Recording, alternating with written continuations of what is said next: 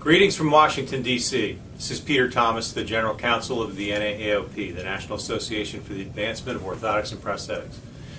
Well, with the new year, there's a whole new agenda in Congress, and although there's not a changeover in the Congress itself, it is the second session of the 113th Congress, and there begins a new year. The first quarter of 2014 is expected to be extraordinarily busy.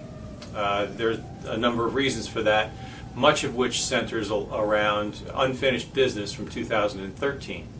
Very quickly, the January 15th is the last date that the federal government currently is funded, and the appropriations committees are working hard to try to come up with funding bills that will fund the federal agencies after January the 15th.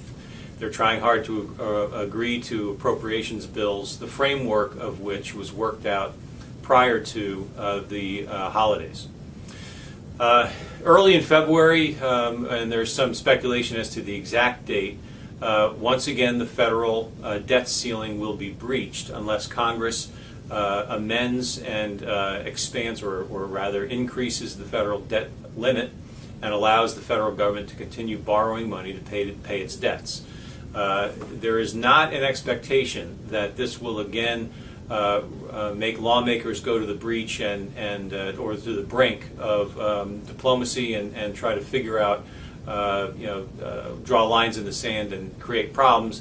It does look this year as though they will try to agree on some kind of a debt ceiling extension, but there is no telling exactly where and when that will be agreed to or what that will look like. So there is some real ambiguity there, and that happens several weeks from now. So stay tuned.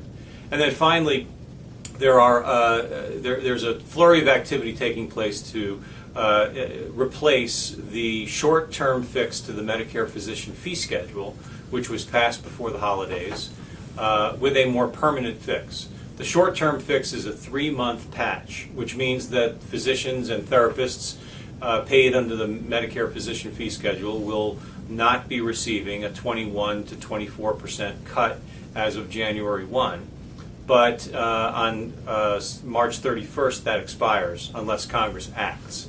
There are 2 bills that have been passed, one in the House, one in the Senate, to permanently extend the physician fee schedule formula and to correct it, actually to repeal what they call the SGR formula and to replace it with a whole new paradigm, a whole new way of amending the physician fee schedule, linking it to quality, I might add.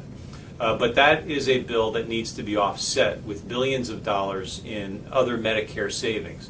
And that's one of the reasons that the Congress is grappling with all of those offsets. They look to be focusing on post-acute care, so mainly home health, inpatient rehabilitation, skilled nursing facility payments, but there's no telling where else they'll look. And of course, orthotics and prosthetics, along with all providers under Medicare, is under a threat of being pulled into that bill to help pay for the physician fee schedule. We're doing all we can, and NAAOP is working with its alliance partners and independently to make sure that that doesn't happen. But with passage of a Medicare bill, there are also opportunities to try to link and attach additional legislation onto any kind of bill in that manner, and that's exactly what the entire O&P community is focused on doing.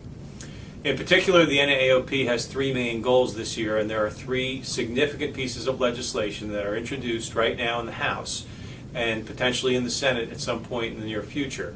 The 3 bills are the O&P Medicare Improvement Act, the Insurance Fairness for Amputees Act, and the Injured and Amputee Veterans Bill of Rights. These 3 bills address Medicare, private insurance, and veterans' access to O&P care.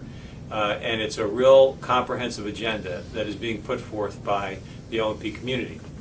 I should add that there is development, there is work taking place to try to develop additional legislation and to make continuing efforts with CMS to try to figure out how to ameliorate the impact of the auditing situation, particularly on O&P providers, of course. And so we'll contain more information on those developments as they occur. Thanks so much for listening, and look forward to our next webcast.